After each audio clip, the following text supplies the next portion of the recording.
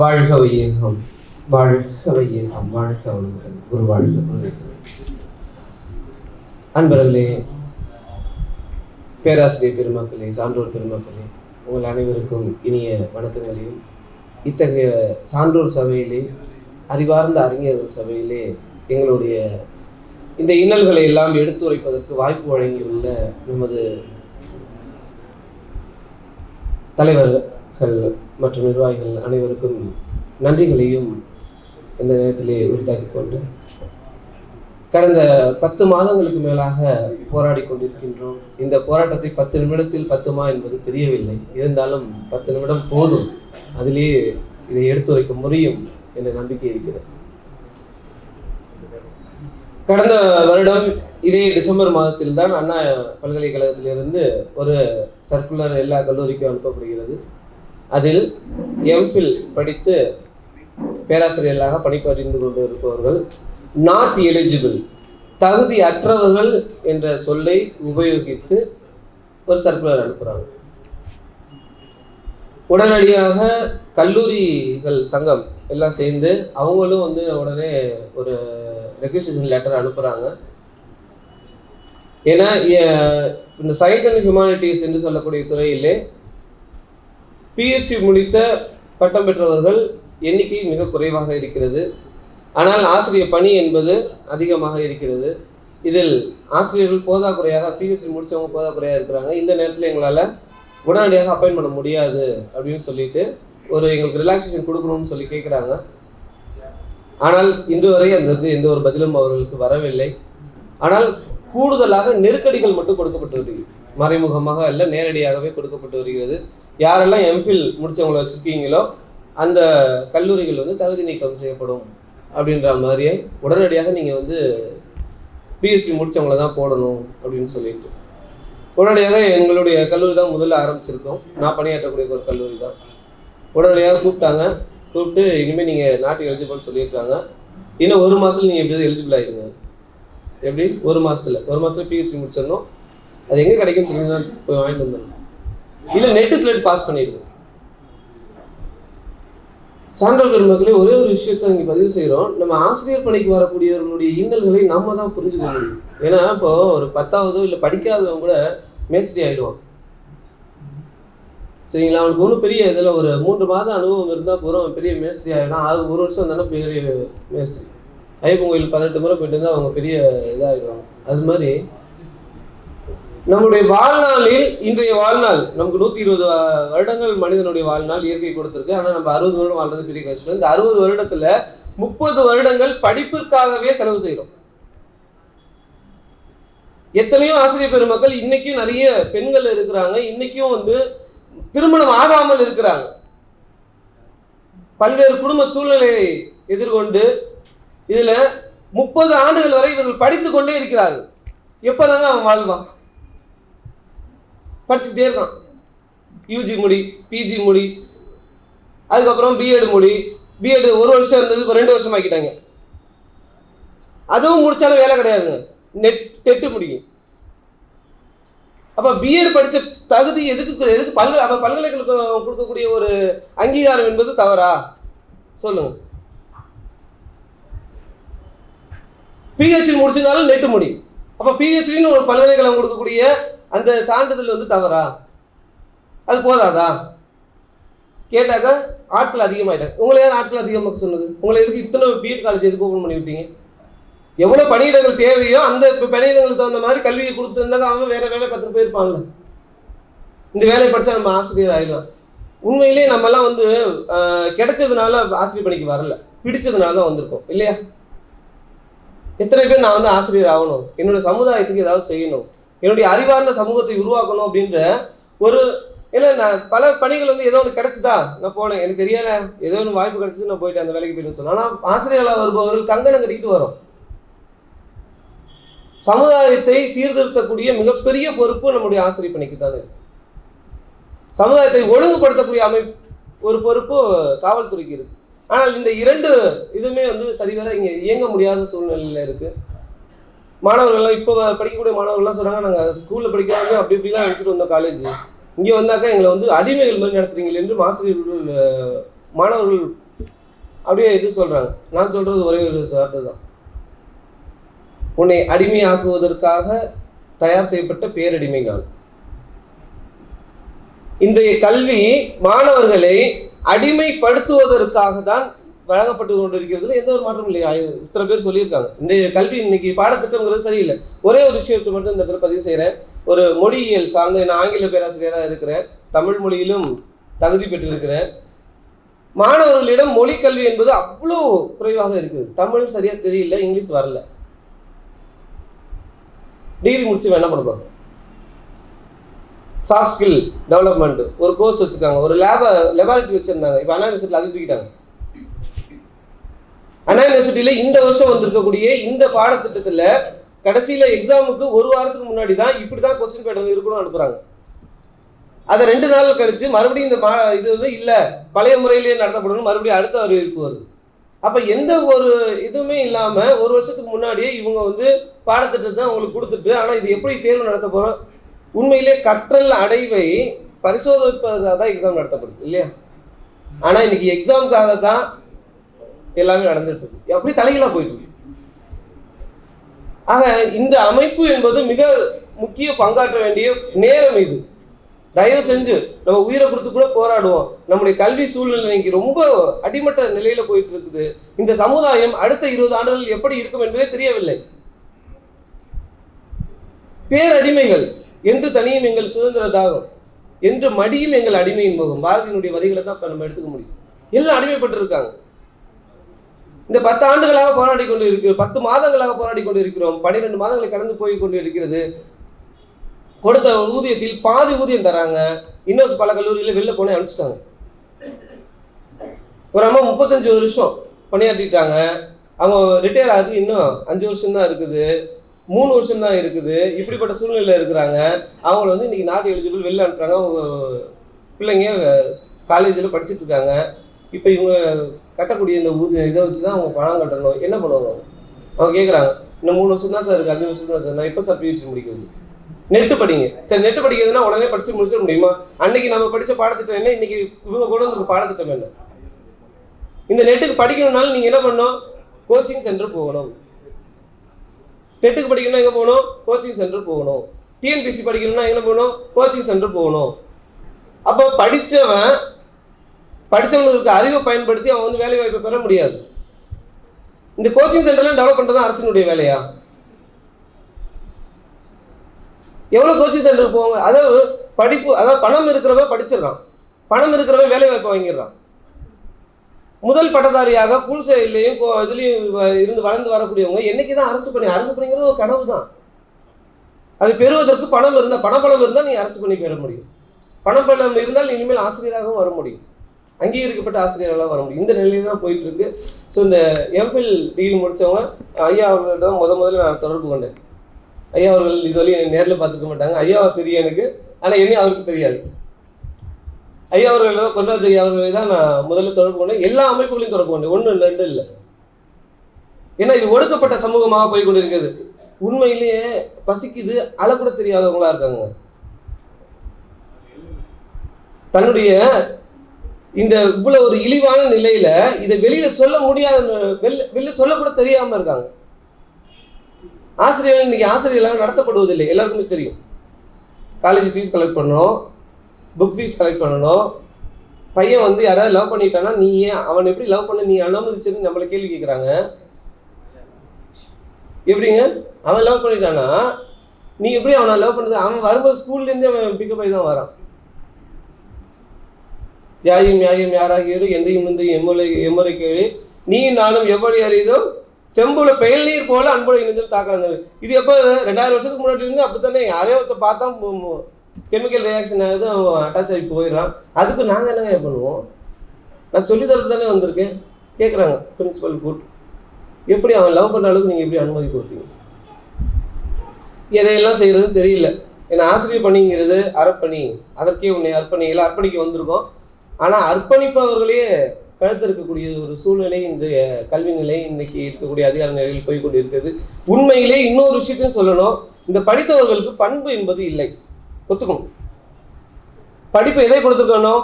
மக்கள் பண்பை கொடுத்துருக்கணும் இல்லையா? இப்போ நான் வந்து ஆசிரியராக பணியாற்றுறேங்க.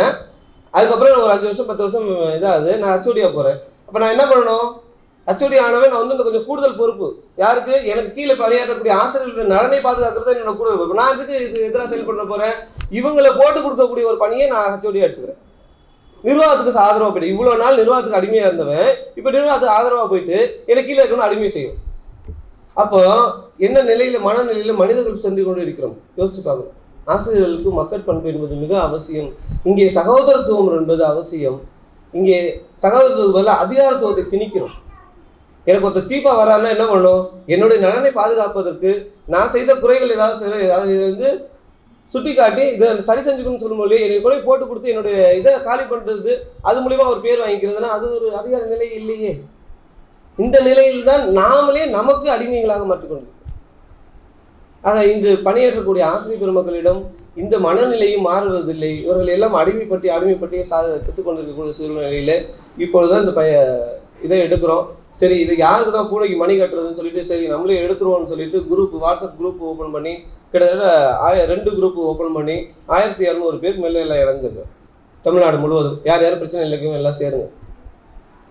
சேர்த்துட்டு உடனடியாக இதெல்லாம் டிராப் பண்ணுறோம்.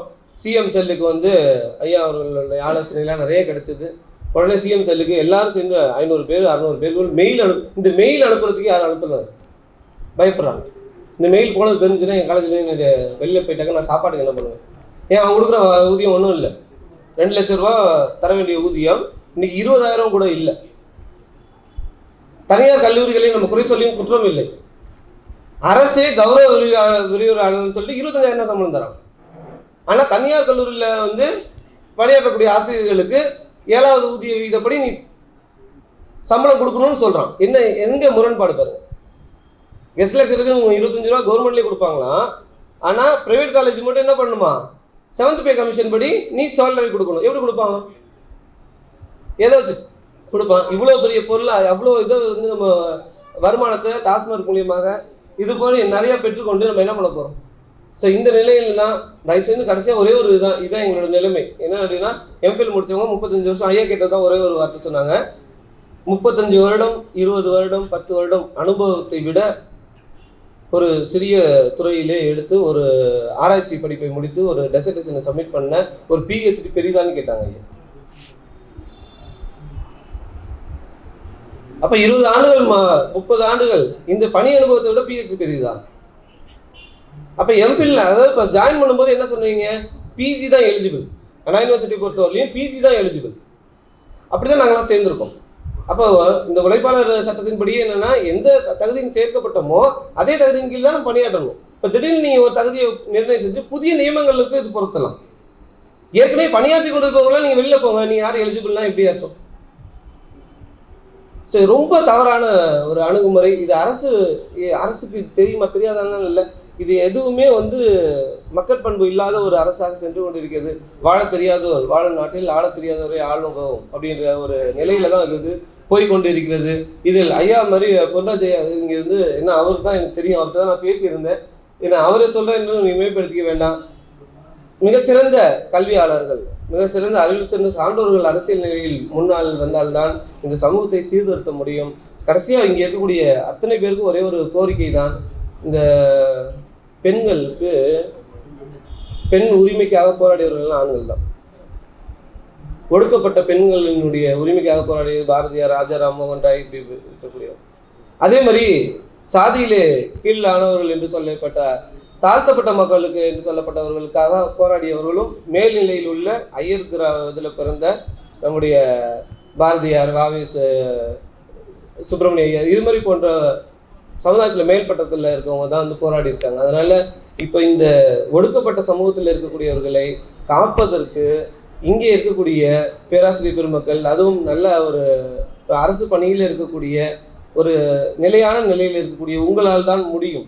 ஏன்னா இவங்கெல்லாம் அழக்கூட தெரியாத நிலையில இருக்கிறாங்க. அழுதா பால் கிடைக்கும் கூட தெரியாத நிலையில இருந்தா கூட அழ முடியாத நிலையில இருக்கிறாங்க. இவங்களெல்லாம் காக்கக்கூடிய ஒரு பொறுப்பை தயவு செஞ்சு நீங்களாம் ஏற்றுக்கணும். ஏன்னா இன்னைக்கு இந்த 1200 பேர் குரூப்ல மட்டும் இருக்கிறாங்க. ஆனா இந்த குரூப்ல சேர்ந்தா கூட என்னோட கல்லூரிலேருந்து நீக்கிடுவாங்கன்னு சொல்லிட்டு பல பேர் சேராம இருக்கிறாங்க. இவ்வளோ பேருக்கு பிரதிநிதியாக ஒரே ஒரு ஆள் தான் நான் வந்திருக்கேன். குரூப்ல போட்டிருக்கோம், ஐயாவுக்கு தெரியும். இத்தனை கிட்டத்தட்ட ஒரு மாதமாக அந்த நியூஸ் போட்டுட்ருக்கோம். ஆனால் இங்கே எத்தனை பேர் வந்திருக்காங்கன்னு எனக்கே தெரியாது. நான் ஒருத்தன் தான் வந்திருக்கேங்கிறது எனக்கு தெரியுது. அதை தயவுசெய்து இப்படிப்பட்ட ஒரு சூழ்நிலையில் இந்த டெட்டு, நெட்டு, நீட்டு, இந்த தேர்வுகள் எல்லாம் முற்றிலுமாக ஒழிக்கப்பட வேண்டும். பல்கலைக்கழகங்களாக கொடுக்கக்கூடிய அந்த சான்றிதழை விட இதுதான் வந்து பெருசுன்னு இல்லாமல் இருக்கணும் அப்படின்றத உங்களுடைய இதுக்கான உங்களால் முடிஞ்ச உதவியை செய்யுமாறு அன்போடு கேட்டுக்கொண்டு வாய்ப்பளித்த அனைத்து நல்ல உள்ளங்களுக்கும் நன்றி பாராட்டி நிறைவு செய்கிறேன். நன்றி, வணக்கம், வாழ்க வளமுடன். இங்கே ஒரு சில வார்த்தைகள் to perfect the statements which are already made.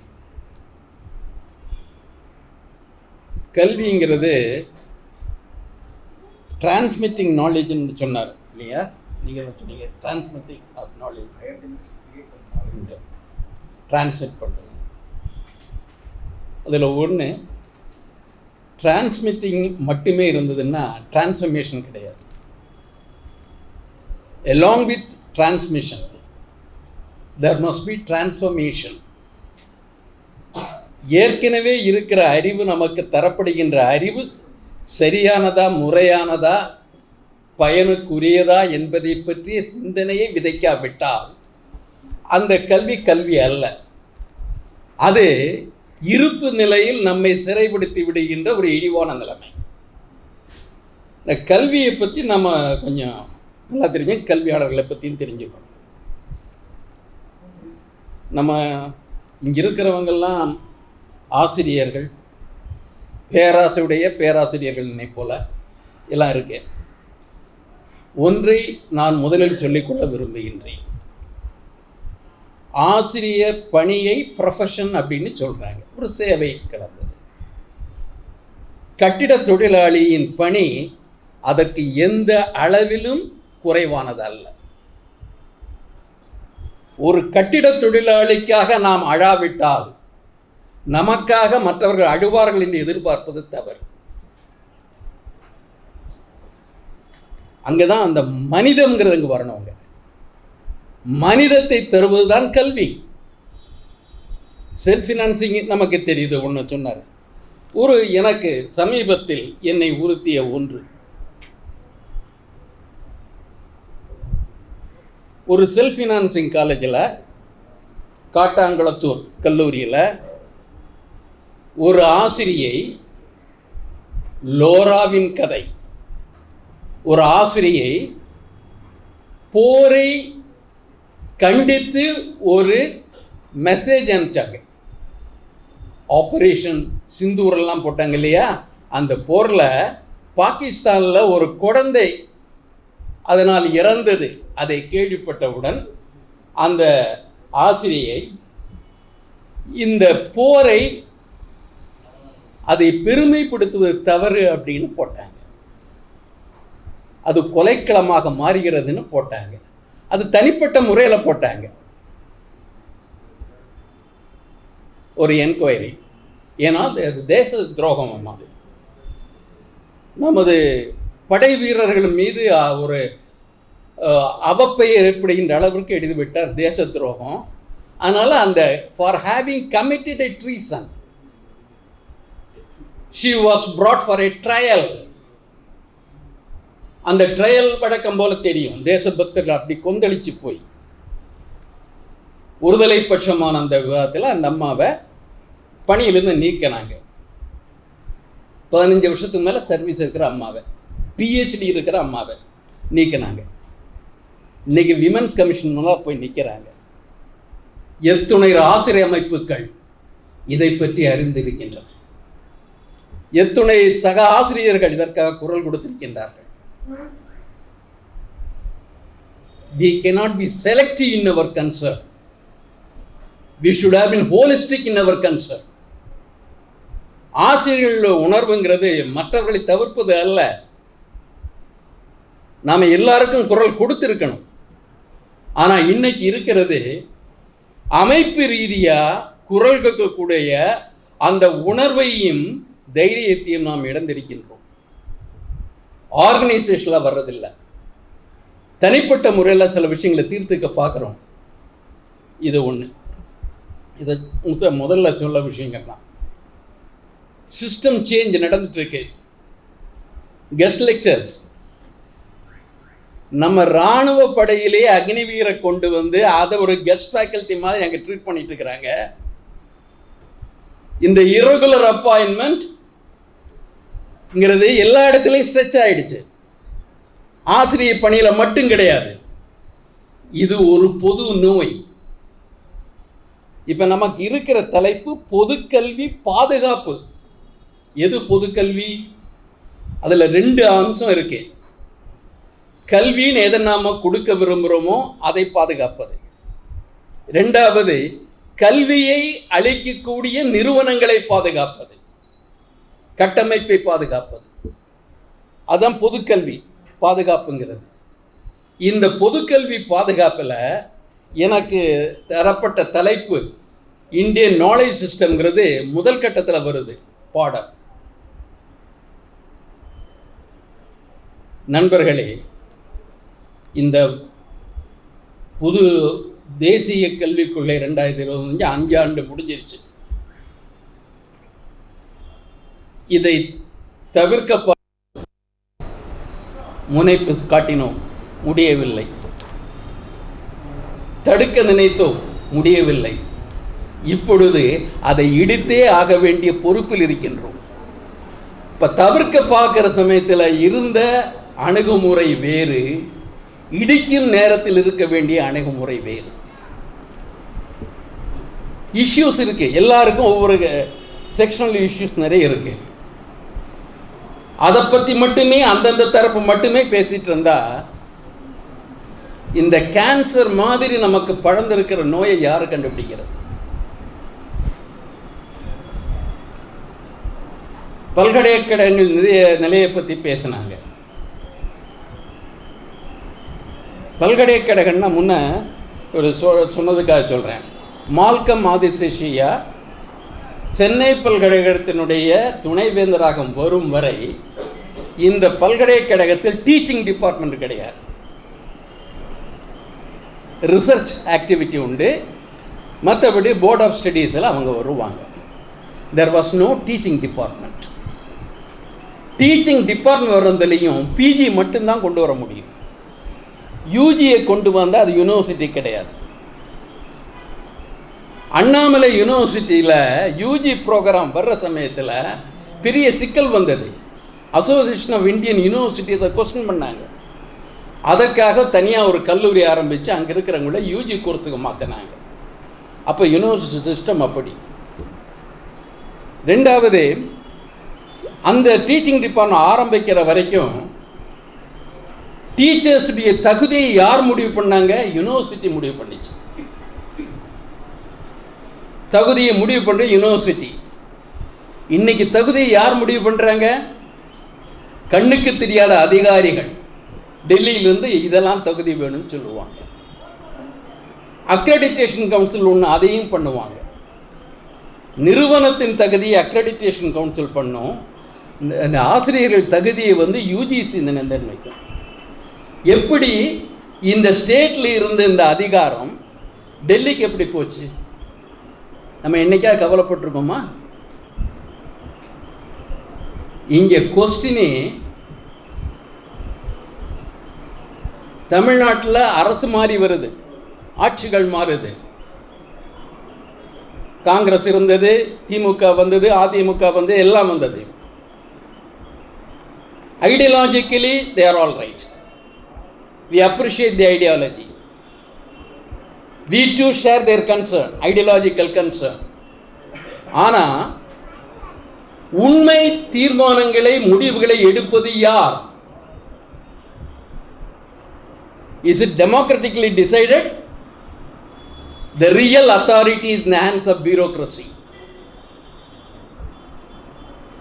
நம்ம இந்தியன் ஃபெடரல் சிஸ்டத்தில் வந்த பெரிய ஒரு தவறு எப்படின்னா, சிவில் சர்வீஸில் ஒற்றை civil service, Indian administrative service. ஏனைய கூட்டாட்சி நாடுகளில் சிவில் சர்வீஸ் 2 இருக்கும். ஸ்டேட் கவர்மெண்ட்டுக்கு ஸ்டேட்டுடைய சிவில் சர்வீஸ், சென்ட்ரலுக்கு தனியாக இருக்கிற ஃபெடரல் சர்வீஸ் தனியாக இருக்கும். இங்கே இந்தியன் அட்மினிஸ்ட்ரேட்டிவ் சர்வீஸில் வர்ற ஃபெடரல் ஆஃபீஸர்ஸை ஸ்டேட்டுக்கு அனுப்புகிறாங்க. Our question is, are they committed to the state government or to the central government, or they are committed to their interest? இந்த ஒரு சிஸ்டத்தை வச்சுட்டு நடக்கிற இந்த சூழலில் வேதனையோட சொல்ல வேண்டியிருக்கு, we suffer from a bureaucratic government, we don't feel the presence of a democratic government. அதிகாரிகள் முடிவெடுக்கிறாங்க, அந்த எடுக்கிற முடிவு ஆளும் கட்சியினுடைய கொள்கை முடிவுகளுக்கு எதிராக இருந்தாலும் கூட அதிகாரிகள் முடிவெடுக்கின்றார்கள். இல்லாட்ட எப்படி கல்லூரி வளாகங்களில் வந்து கவர்னருடைய ப்ரோக்ராம் எல்லாம் நடைபெற்றுட்டு இருக்கு, ஸ்டேட் கவர்மெண்ட்டுக்கு ப்ரோக்ராமே இல்லையா? கவர்னர் ப்ரோக்ராம் நடக்குது. இப்போ அந்த இடத்துல வந்து the secular education is being converted into a communal education.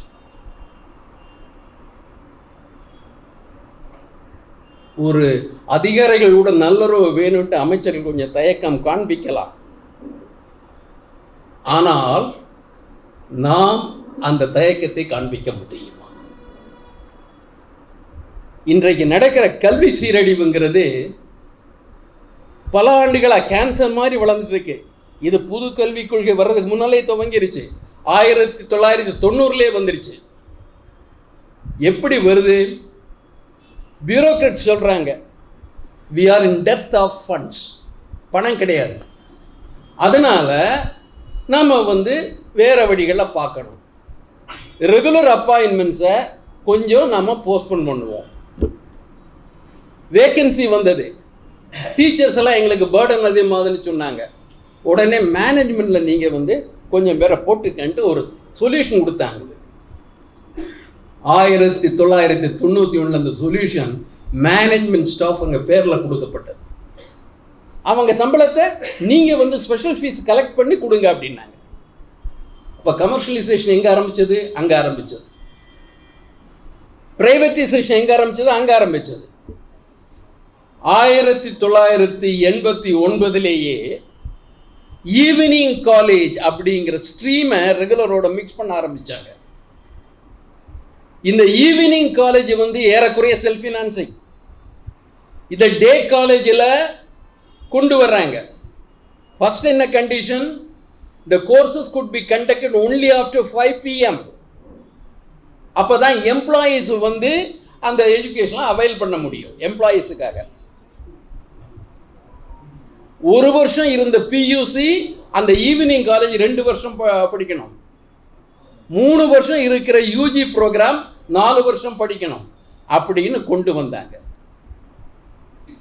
உடனே ஒரு சாரார், எப்படி சார் நாங்கள் 2 வருஷம் படிக்கணுமா? சரி, நீங்கள் ரெகுலர் மாதிரியே பண்ணுங்க. அதுக்கப்புறம் என்ன பண்ணாங்க? ஈவினிங் காலேஜஸில் ஈவினிங் வந்து காலையில் 9 மணிக்கு ஆரம்பிச்சது. 9 மணிக்கு சூரியன் நமக்கெல்லாம் எப்போ வந்து மறையும்? 6 மணிக்கு. அவங்களுக்கு சூரியன் 9 மணிக்கு மறைஞ்சது. இதற்காக பியூரோக்ராட்ஸ் கேம்பெயின் பண்ணாங்க. I was on the syndicate of the Madras university. 2 weeks அதுக்காக ஆர்குமெண்ட். கடைசியில் வந்து சொன்னாங்க, மதுரையில் ஒத்துக்கிட்டாங்க சார், நீங்கள் மட்டும் ஏன் ஒத்துக்காமல் இருக்கீங்க அப்படின்னு சொன்னாங்க. ஏன்னா மதுரைன்னா தீவிரவாதம் அப்படின்ட்டு சொல்லிட்டு இருந்தாங்க, எக்ஸ்ட்ரீமிசம். நீங்கள் சென்னையில் இருக்கிற நீங்கள் ஏன் இப்படி பண்ணுறீங்க அப்படின்னு கேட்டாங்க. கடைசியில் கன்கரண்டாக நடத்த ஆரம்பித்தாங்க. கன்கரண்டாக நடத்த ஆரம்பித்ததில் அரங்கநாயகம் பிரிவில் அரங்கநாயகம் யூஜிசிபியை வாங்கி கொடுத்த அந்த நன்றி ரொம்ப பேருக்கு நமக்கு இருக்கு. அரங்கநாயகம் என்ன பண்ணாரு? நோ மோர் கவர்மெண்ட் காலேஜஸ்ன்னு சொன்னார். ஆனால் number of students increases day by day. அது அப்போ என்ன ஆகுது? There was a need for more colleges. Government ஆரம்பிக்காது, ஃபிலாந்திரஃபியில் இருக்கிற எய்டட் காலேஜ் அதுக்காக ஒத்து வராது, செல்ஃப் ஃபினான்சிங்னாங்க. ஆனால் இங்கே இருக்கிற எய்டட் காலேஜில் number of aided courses stagnate ஆகுது, அன்எய்டட் கோர்ஸும் அதிகமாகுது. நீங்கள் எந்த கல்லூரிக்கு வேணாலும் போய் பாருங்கள், 5 ப்ரோக்ராம் ரெகுலர் ப்ரோக்ராம் இருக்கும், 15 ப்ரோக்ராம் ஈவினிங் ப்ரோக்ராம். அதை ஷிஃப்ட் 1 ஷிஃப்ட் 2ன்னு பேரப்போ மாற்றிட்டு கன்வீனியாக மாற்றிட்டாங்க. இந்த திட்டங்களை எல்லாம் ஆலோசனைலாம் உங்களுக்கு யார் கொடுத்தது? திருவள்ளூர் யூனிவர்சிட்டிலாம் சிண்டிகேட்டில் இருந்தேன். அந்த யூனிவர்சிட்டி ஆரம்பிக்கிறது சொன்னாங்க, this is meant for poor sections அப்படின்னு சொல்லி அந்த பாலிசி ஸ்டேட்மெண்ட்டில் வந்தது. அதில் 5 துறையாக இருக்கணும். ஃபினான்ஸ் செக்ரட்டரி பாண்டே சொல்கிறாரு, நீங்கள் செல்ஃப் சப்போர்ட்டிங் கோர்ஸ் ஆரம்பிங்க. நான் கேட்டேன், நாங்களாக கேட்டோம் இதை? நீங்கள் லெஜிஸ்லேச்சரில் சட்டம் பாஸ் பண்ணி யூனிவர்சிட்டி வந்துருக்கீங்க, செல்ஃப் சப்போர்ட்டிங் நான் வியாபாரம் பண்ண சொல்கிறீங்களான்னு கேட்டோம். ரொம்ப ஆர்குமெண்ட் முடிஞ்சப்பறம் 5 கோர்ஸ் கொடுத்தாங்க.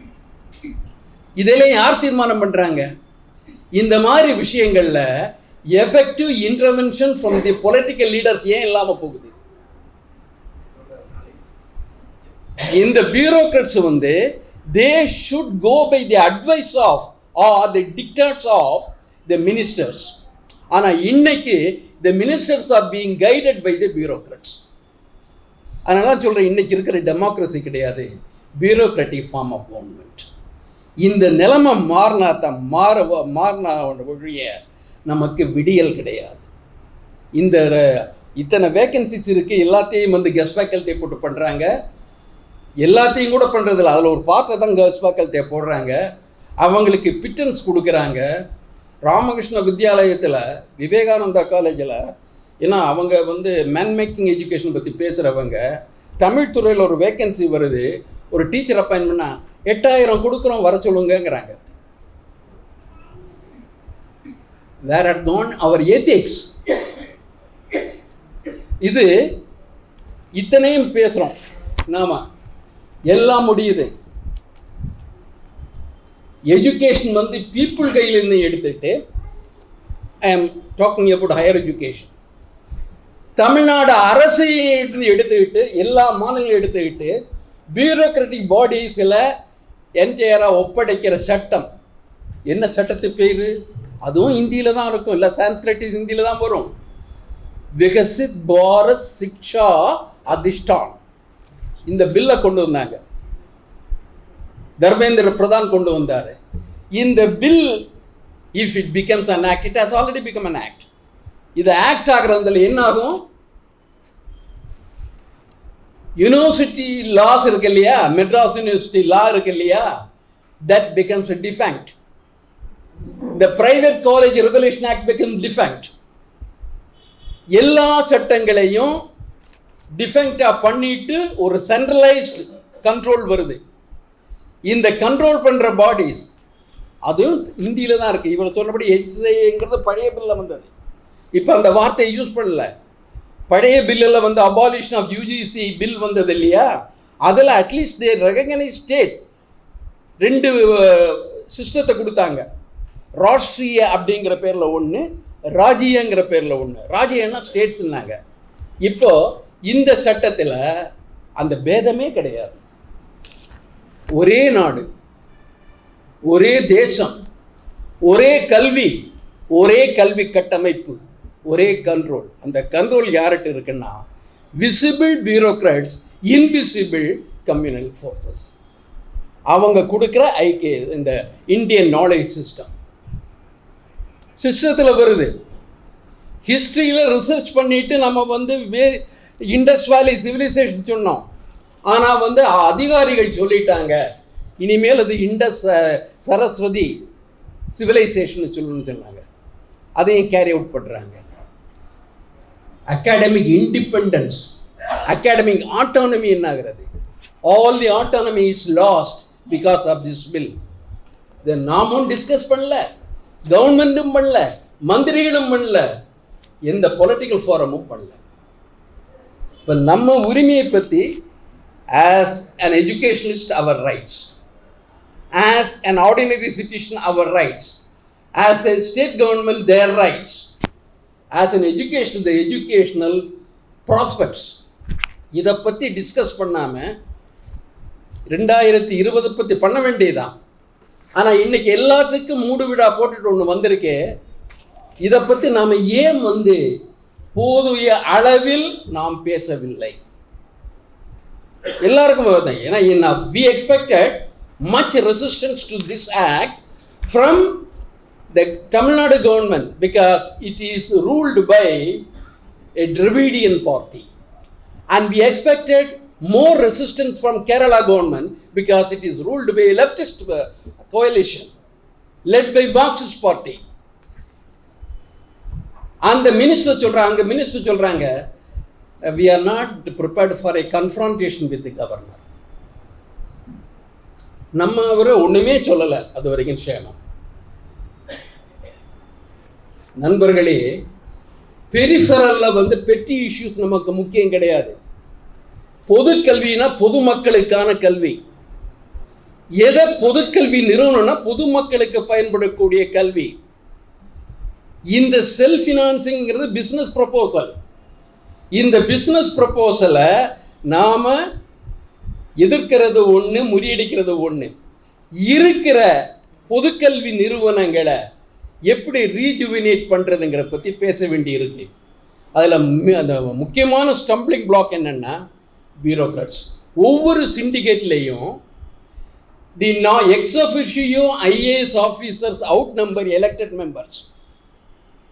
எந்த ஒரு பவர்ஸ் பொசிஷன் வந்தாலும், ஒரு கன்வீனர் கமிட்டி எது வந்தாலும், தே பிகம் தி லீடர்ஸ். அவங்களுக்கு நேரம் கிடைக்காது. கேட்டால் எனக்கு எக்கச்சக்கமான வேலைம்பாங்க. யூனிவர்சிட்டி விசிட் பண்ணுற டைம் கிடையாது.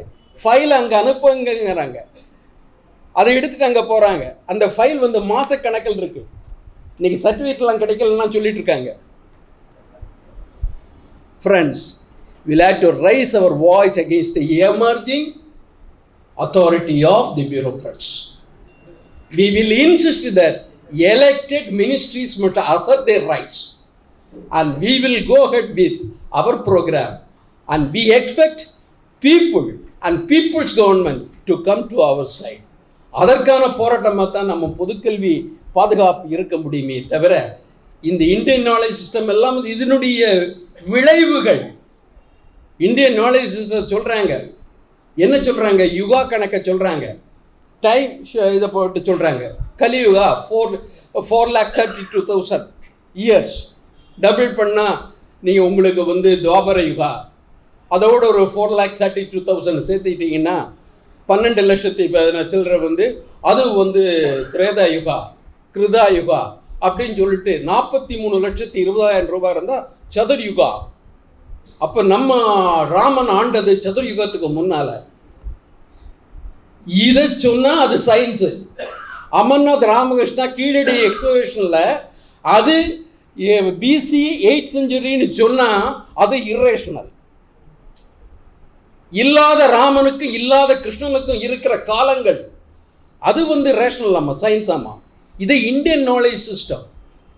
இந்தியன் நாலேஜ் சிஸ்டம்ங்கிறது வேதிக் சிஸ்டம் மட்டும் இல்லைங்க, ஒரு பர்டிகுலர் செக்டை மட்டுமே ப்ரொஜெக்ட் பண்ணுற ஒன்று, செக்டேரியன் கிளைம். இந்தியன்கிற பேரில் அந்த யுஃபிமிஸ்டில் நம்ம மயங்கிற வேண்டாம். They don't give the credit to the working class. They don't give credit to the our think tanks. Virtually they mean only one particular community has everything in them. That not only divinity, அவங்களுக்கு எல்லா creativity அவங்களுக்கு தான் இருக்கு, எல்லா ஐடியாஸும் அவங்க தான் இருக்கு, அவங்களுடைய தான் சிவிலைசேஷன் அப்படின்னு சொல்றாங்க. இது to perpetuate the graded social order. இதை டிஸ்கஸ் பண்ண முடியாமல் ஒரு கல்வி திட்டம் இருக்கு. அதையும் ஸ்கூல்லையும் கல்லூரிகள்லையும் சொல்லிட்டு இருக்கிறதுல ஆட்சி நடத்துறது திமுக இருந்தேன்னா மார்க்சிஸ்ட் பார்ட்டியாக இருந்தேன். When the structure fails us, we must change the structure. அதற்கு நம்ம மாதிரி ஆளுக்கு தான் பண்ண முடியும், நாம பண்ண முடியும். ஏன்னா நமக்கு இருக்கிற ஒரே ஆயுதம் we can think, we can make others think. இதை வலுப்படுத்தி தான் இந்த சிஸ்டத்தை உடைக்கணும். தவிர்க்கிறது இல்லை, வந்துருச்சல்ல, உடைச்சே ஆகணும். கல்விங்கிறது அடுத்தவன் தயவில் வராது. கல்விங்கிறத நம்ம உடைப்பிலையும் முயற்சியிலையும் விடாமுயற்சியிலையும் நம்ம தலைமையில தான் ஆகணும். The remedy is in our hands, not in their hands. அந்த தன்னம்பிக்கையோட வர்றதுக்கு இந்த மாதிரியான அமைப்புகள் நமக்கு ரொம்ப உதவியாக இருக்குது. I am inspired. எனக்கு வயசு 82 முடிஞ்சிருச்சு. நான் என்னுடைய யங்கர் டேஸில் ஒர்க் பண்ணுற சமயத்தில் இருந்த பார்த்தேன். ஸ்ட்ரகிள் பண்ணோம். எங்களுக்காக மட்டுமே பண்ணல, எங்களை மாதிரி இருக்க மற்ற டீச்சர்ஸ் பண்ணோம். We were in prison for months to the Teachers Day celebration. Central பிரிசனில் இருந்தோம். இங்கே டீச்சர்ஸ் டே செலிப்ரேஷன் நாங்கள் அங்கே இருந்தோம். போலீஸ் எங்களை 66 தடவைக்கு மேலே எங்களை அரெஸ்ட் பண்ணிட்டு போனாங்க. Sometimes ill treated, sometimes treated as with respect. இதெல்லாம் உண்டு. அன்றைக்கு ஸ்டூடெண்ட்ஸும் எங்கள் கூட இருந்தாங்க. they were with us, they extended their support. எங்களுக்காக அவங்க தனியாக பேசினாங்க. பெரிய போராட்டம் பண்ணாமல் இருக்கலாம், but the sympathies were there with us. Parents came to our rescue, their voice in favor of us. இன்னைக்கு தனியாக நிற்கிறோம். கெஸ்ட் ஃபேக்கல்ட்னா அவங்க தனியாக போராடணும். செல்ஃப் ஃபினான்சிங் காலேஜ் டீச்சர்ஸ்னால் அவங்களை யாரும் கவனிக்க மாட்டாங்க. கவர்மெண்ட் காலேஜ் டீச்சர்ஸ்னால் பேரட்டியை பொறுத்து பேசிகிட்டு இருப்போம். Junior getting higher pay. we will have to go beyond that.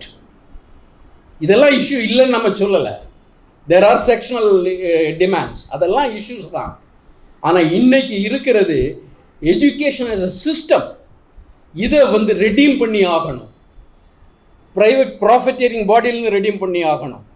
Politically communal elements redeem பண்ணி ஆகணும். இந்த ஃபெடரல் சிஸ்டத்தை சஸ்டெயின் பண்ணுறதுக்காக நம்ம போராடி ஆகணும். ஸோ எஜுகேஷன் அவன் சிலபஸ் எப்படிங்களா, அவன் யாரும் சிலபஸ் போடுறதுக்குன்னு கேட்கணும். நம்ம சிலபஸ் நாம் தீர்மானம் பண்ணணும். அந்தந்த ஸ்டேட் பண்ணணும். எல்லாத்தையும் ஹிந்திலையும் சம்ஸ்கிருதம் போட்டால் நமக்கு என்ன பர்சனலாக ஹிந்தி என்ன, நமக்கு பங்காளி என்ன, அதெல்லாம் கிடையாது. ஆனால் நீ ஹிந்தியில் திங்க் பண்ணணும்னு சொல்கிற அளவுக்கு வர்ற சமயத்தில் இன்றைக்கி இப்போ அதுக்கு ஆல்ரெடி இங்கிலீஷ் டேர்ம் கூட கிடையாது, ஒன்லி ஹிந்தி டேர்ம். அதை கொடுக்குறதுல what is being imposed on us. தமிழை பற்றி தனியாக பேசுகிறது, நான் தமிழ் ரொம்ப நேசிக்கிறேன்னு சொல்ல வேண்டியது. ஆனால் தமிழ் இருந்த அந்த பொதிகை எக்ஸ்பிரஸ் இதெல்லாம் கூட பேர் இல்லாமல் போயிடும். வானொலிங்கிறது பேர் உங்களுக்கு தெரியாதுன்னு நினைக்கிறேன். ஆல் இண்டியா ரேடியோவே ஆகாஷ்வாணின்னு மாற்றினாங்க. அப்போ DMK was not in power. அதை எதிர்த்து திமுக போராடிச்சு. தமிழ்நாட்டுக்கு மட்டும் எக்ஸப்ஷன். அந்த ஆகாசவாணி வானொலின்னு வந்துடுச்சு. இன்றைக்கி அந்த வானொலி போயிடுச்சு, ஆகாசவாணி வந்துடுச்சு. எங்கே அந்த குரல்? படிப்படியாக infiltration is taking place. But we are talking something beyond that. நம்ம டெய்லி நம்ம அனுபவிக்கிற விஷயங்களை பற்றி யோசனை பண்ணுங்க. There are threats confronting us in every corner. அந்த அவேர்னஸோட நாம் states rights, people's rights and rational எஜுகேஷனுங்கிறது மாடர்னைசேஷனில் வர்றது. Education is not to get us back to the past. Education should help us to go to the prosperous future. அந்த எஜுகேஷனை தீர்மானம் பண்ணுறதுன்னா பீப்புளுடைய கண்ட்ரோலில் எஜுகேஷனல் இன்ஸ்டிடியூஷன்ஸ் இருக்கணும். இன்றைக்கி தனியாரெலாம் இந்த சந்தோஷம் இருக்குன்னு சொல்கிறாங்க. ஆட்டானமி கிடையாது. யூனிவர்சிட்டி போச்சு, அது யூனிவர்சிட்டியை எக்ஸஸ் பண்ண முடியல. அது ஆட்டானமி கிடையாது. இந்த ப்ரைவேட் இன்ஸ்டிடியூஷன் கொஞ்சம் பேர் இருக்காங்க. ப்ரைவேட் இன்ஸ்டிடியூஷன் 2 கேட்டகரி இருக்குது. ஒன்று இண்டிவிஜுவல் ப்ரைவேட் ப்ராக்டிஸ் இன்ஸ்டிடியூஷன், இன்னொன்று மிஷனரி இன்ஸ்டிடியூஷன்ஸ். இது வரைக்கும் மிஷனரிஸ் இன்ஸ்டிடியூஷன் அஃபோர்டபுள் எஜுகேஷன் கொடுக்குற institution. Now they are being tempted or persuaded to shift to what you call the commercial education. இருக்கிற மிஷனரி இன்ஸ்டிடியூஷன் கூட commercial பண்ணக்கூடிய ஒரு சூழ்நிலையை உருவாக்கிட்டு இருக்காங்க. they are being tempted. இப்போ நமக்கு இருக்கிற அந்த education institution they cannot be lethargic. ஏன்னா இன்னைக்கு இந்த சட்டங்களை இப்போ மிஸ்லேனியஸ்னு ஒரு பார்ட் இருக்குது, அதில் எடுத்து பாருங்கள். அக்ரெடிட்டேஷன் அவங்க டிசைட் பண்ணுறாங்க. ஏன்னா இந்த ஆக்டில் 4 பாடிஸ் தான், ஒரு அதிஷ்டான், 3 Parishad that controls every educational institution, higher education institution of India in every state. ஒரு அதிஷ்டான், 3 பரிஷத். அதில் நாமினேட் பண்ணுறதெல்லாம் யார்? Central government. அதுக்கு ஆட்டானமி கொடுக்கல. அதுக்கு என்ன சொல்கிறாங்கன்னா they are bound to carry out the dictates of the central government. அந்த டாக்குமெண்ட்ல என்ன வேடிக்கைன்னா மறந்தும் கூட யூனியன் கவர்மெண்ட் எந்த இடத்துலையும் சொல்லலை, சென்ட்ரல் கவர்மெண்ட்டுங்கிறாங்க. யூனிட்ரி சிஸ்டத்தை வந்து கொண்டு வர்றதுக்கான அவங்க இன்டென்ஷன். இங்கே நாம் யூனியன் ஆஃப் ஸ்டேட்ஸ், ஒன்றிய அரசுன்னு சொல்கிறோம் இல்லையா, அதுக்கு ரிட்டார்ட் பண்ணுறான். ஒவ்வொரு இடத்துலையும் சென்ட்ரல் கவர்மெண்ட்டுங்கிறான். நாம் பேச வேண்டாமா? Are we prepared to forego our federal status? Are we prepared to forego our academic autonomy? நாம் கேட்க வேண்டிய காலம் வந்துருச்சு இல்லையா? கேட்க வேண்டிய காலம் மட்டுமில்லை, அதை அடுத்த காதில் நுழையிற அளவுக்கான வால்யூமும் அதிகமாக இருக்கணும். So we'll have to raise our voice adequately, appropriately, and we cannot afford to take rest until we achieve the goal. அதனால் அந்த கோலுங்கிற ஒரு ஃபியூச்சர் ஜெனரேஷனுக்காக பண்ணுறோம், நமக்காக மட்டுமே கிடையாது, நம்ம லிவிங் கண்டிஷனுக்காக மட்டுமே கிடையாது. Whether our pay is starving pay or living pay, இதை பற்றியெல்லாம் கூட கிடையாது. We want the education to profit our upcoming generation. ஃபியூச்சருக்காக நமக்கு அடுத்தவங்களை, எனக்கு பின்னால் என் பேர குழந்தைய வரலாம், அதுக்கு பின்னால் அவங்க அடுத்தது வரலாம். We must struggle for the upcoming generation. அதை முன்னால் வச்சுக்கிட்டு நாம் அதர் ஒர்க்கிங் குரூப்ஸை எடுக்கணும். அதான் சொன்னேன், avoid any reference to manual workers. There our brethren. அவங்களையும் சேர்த்துட்டு தான் போராட முடியும், அவங்களையும் அணைச்சிட்டு தான் போராட முடியும், அவங்களுக்காகவும் தான் போராட வேணும். அதனால் இதில் நம்ம கிளாஸ் கான்ஷியஸ் கிடையாது. டீச்சர்ஸ், ப்ரொஃபஸர்ஸ் அதெல்லாம் நம்ம வந்து ஹையர் கிளாஸ் அப்படியெல்லாம் கிடையாது. This is our profession, they are our working பிரதரின். எல்லாரையும் சமத்துவத்தின் கீழே கொண்டு வந்து ஒரு போராடணும்.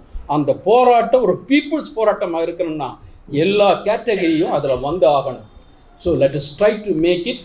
இந்தியன் நாலேஜ் சிஸ்டத்தை பற்றி சொல்லாதனாங்க, நான் ஏற்கனவே சொன்னேன். இந்தியன் நாலேஜ் சிஸ்டம்ங்கிறது they want us to have faith in our past. எதை பண்ணாலும் இந்த பெரியவர்களுக்கு எல்லாம் தெரியும். If our ancestors knew everything, what is the need for education? குருகுலமே தேவையில்லையே, அவர் எஜுகேஷன் இருக்கு இல்லையா? ஸோ பாஸ்டில் இருக்கிற எல்லாத்துக்கும் நம்ம எல்லாத்தையும் சாதிச்சிட்டோம். யார் எல்லாத்தையும் சாதிச்சிட்டாங்க? நம்ம ரிஷி பண்ணிட்டார்.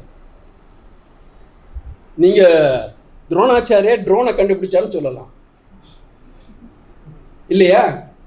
பிளாஸ்டிக் சர்ஜரி வந்ததுன்னு சொல்லலாம். நான் ஹைப்ரிட் வெரைட்டி ஸ்பீசிஸை நம்ம உருவாக்கணும்னு சொல்லலாம். இதை நம்ப சொன்னால் நம்மளை முட்டாளாக பண்ணுறாங்கன்னு அர்த்தம். இதை படிக்கிறவனு முட்டாள், அதை படித்து கேட்டு ரசிக்கிறவனு முட்டாளாகிறது. We can distinguish between fallacies and realities. அந்த இதுக்காக ஐக்கிய இந்த இந்தியன் நாலேஜ் சிஸ்டம்ங்கிற பேரில் எல்லா இதில் ஒரு திமிங்கலத்தில் அழுகிற எப்படி அடைக்க பிடிக்கணுங்கிறத வந்து மெலனீஷியனுடைய ஃபிஷர்மேனுக்கு தெரியும். ஒரு இக்லூவை எப்படி உருவாக்கி குள்ளு தப்பிச்சுக்கலாங்கிறத வந்து எஸ்கிமோவுக்கு தெரியும். அவனுடைய எக்ஸ்பீரியன்ஸில் அவன் கண்டுபிடிக்கிறான். இதை எந்த ரிஷி கண்டுபிடிச்சாங்க? அதனால் நமக்கு ஒன்று, ஹியூமனிட்டியில் நம்பிக்கை இருக்கணும், ப்ளூராலிட்டியில் நம்பிக்கை இருக்கணும், ஈக்குவாலிட்டியில் நம்பிக்கை இருக்கணும். அத்தனையும் வந்து இந்த இந்தியன் நாலேஜ் சிஸ்டமும் இந்த எஜுகேஷனல் சிஸ்டமும் அது தடையாக இருக்கிறதுனால இதை நம்ம எதிர்காலத்திற்காக மனித குலத்திற்காக எதிர்க்க வேண்டியது நமது கடமை. இதுதான் தேசப்பற்று. ஏன்னா தேச மக்கள் ஒழுங்காக வரணும்னா இத்தகைய கல்வி வரணுமா, அதுதான் பற்று. தேசிய கீதம் பாடுறதில்ல, வந்தே மாதரமா ஜனகணமனாங்கிறதுல தேசப்பற்று கிடையாது. மக்கள் மீது பற்று இல்லாத வெறும் கோஷங்களை நாம் வெறுக்கின்றோம். அந்த கொடியிலையும் வண்ணங்களையும் இந்த கீதங்களையும் சொல்லிட்டு மக்களை உண்மை பிரச்சனைகளை திசை திருப்பி விட முடியாது. திசை திருப்புவதற்கு நாங்கள் அனுமதிக்க மாட்டோம். நம்மை போன்றவர்கள் ஒன்றாக முயற்சிப்போம். நமது திறமைகளையும் உடைப்புகளையும் ஒன்றாக்கி இந்த கொடிய கொள்கையினை முறியடிப்பதற்கு முன்வருவோம். நன்றி, வணக்கம்.